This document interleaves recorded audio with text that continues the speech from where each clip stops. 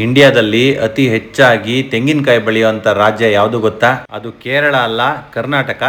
ಮುಂಚೆ ನೀವು ಅನ್ಕೊಂಡಂಗೆ ಕೇರಳನೇ ಇತ್ತು, ಈಗ ಕರ್ನಾಟಕ ಮತ್ತು ತಮಿಳುನಾಡು ಲಾಸ್ಟ್ 3 ವರ್ಷದಿಂದ ಮುಂದೆ ಹೋಗಿದಾವೆ.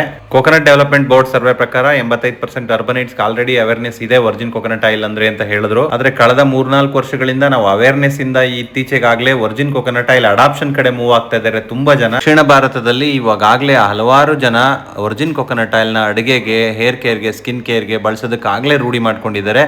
ಬಟ್ ಉತ್ತರ ಭಾರತದಲ್ಲೂ ಕೂಡ ಇತ್ತೀಚಿನ ದಿನಗಳಲ್ಲಿ ವರ್ಜಿನ್ ಕೋಕೋನಟ್ ಆಯಿಲ್ ಅಡಾಪ್ಷನ್ ತುಂಬಾ ಜಾಸ್ತಿ ಆಗ್ತಾ ಇದೆ. ಇತ್ತೀಚಿನ ದಿನಗಳಲ್ಲಿ ತೆಂಗಿನಕಾಯಿ ರೇಟ್ ಮೇಲೋಗಿರೋ ಕಾರಣನೂ ಇದು ಒಂದು. ನಾವು ವರ್ಜಿನ್ ಕೋಕೋನಟ್ ಆಯಿಲ್ ಅಥವಾ ಹಸಿ ಕಾಯಿಂದ ತೆಗೆಯೋ ತೆಂಗಿನಕಾಯಿ ಹಣ್ಣನ್ನ DME ಮೆಥಡ್ ಅಲ್ಲಿ ಎಕ್ಸ್ಟ್ರಾಕ್ಟ್ ಮಾಡ್ತೀವಿ. ಡೈರೆಕ್ಟ್ ಮೈಕ್ರೋ ಎಕ್ಸ್ಪೆಲ್ಲಿಂಗ್ ಮೆಥಡ್ ಅಂತ. ವರ್ಜಿನ್ ಕೋಕೋನಟ್ ಆಯಿಲ್ ಎಕ್ಸ್ಟ್ರಾಕ್ಷನ್ ಅಲ್ಲಿ ಎಷ್ಟೊಂದು ವಿಧ ಇದೆ, ಅದರಲ್ಲೊಂದು DME ಮೆಥಡ್. ಇದು ಡೈರೆಕ್ಟ್ ಆಗಿ ಮೈಕ್ರೋ ಎಕ್ಸ್ಪೆಲ್ಲರ್ ಗಳ ಮುಖಾಂತರ ಆಯಿಲ್ ಎಕ್ಸ್ಟ್ರಾಕ್ಟ್ ಮಾಡೋದಕ್ಕೆ ಅಂತ ಕರೀತಾರೆ. ನಮ್ಮ ರೈತರ ತೋಟದಲ್ಲಿ ಡೈರೆಕ್ಟ್ ಆಗಿ ಮೈಕ್ರೋ ಬ್ಯಾಚ್ ಗಳಲ್ಲಿ ಪ್ರೆಷರ್ ಅಲ್ಲಿ ಎಕ್ಸ್ಟ್ರಾಕ್ಟ್ ಮಾಡುವಂತದೇ ಈ ವರ್ಜಿನ್ ಕೋಕೋನಟ್ ಆಯಿಲ್. ನಿಮ್ಗೆ ಏನಾದರೂ ಅತ್ಯುತ್ತಮ ಕ್ವಾಲಿಟಿ ವರ್ಜಿನ್ ಕೋಕೋನಟ್ ಆಯಿಲ್ ಬೇಕಿದ್ರೆ ನಮ್ಮ ವೆಬ್ಸೈಟ್ ಅಲ್ಲಿ ಆರ್ಡರ್ ಮಾಡಿ, ಕ್ಯಾಶ್ ಆನ್ ಡೆಲಿವರಿ ಇದೆ. Thank you.